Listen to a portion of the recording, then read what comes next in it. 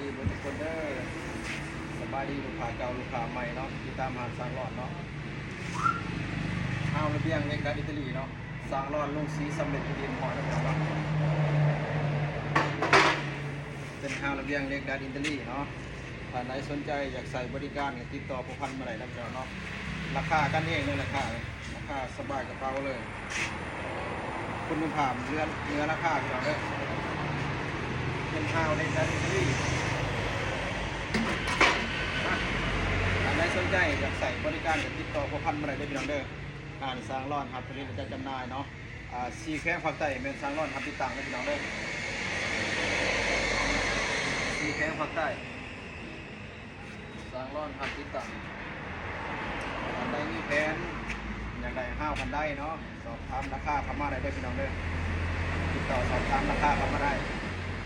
บ่เฮ็ดบ่เป็นหยังเนาะสร้างร้อนเยี่ยมดีให้คำปรึกษาให้พี่น้องเนาะงามหลายพี่น้องงามเป็นการที่ดีเนาะ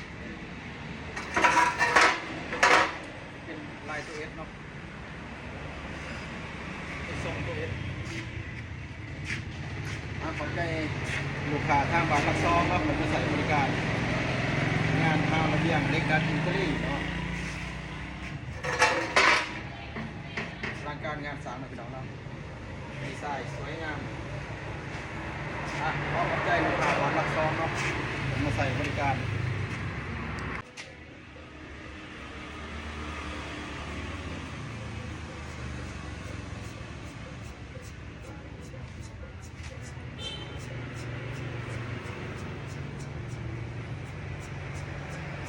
ที่เป็นสีดำทองเนาะดำปัดทองอลังการงานสร้างเนาะสร้างร้อยนับผลิตกันไปแล้วเนาะ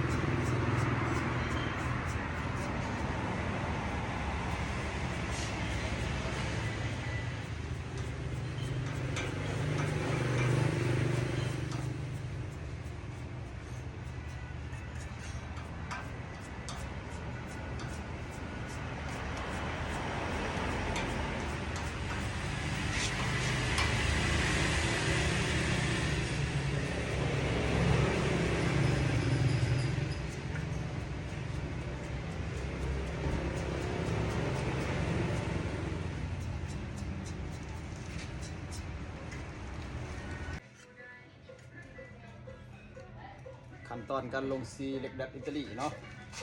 เห็นบ่พี่น้อง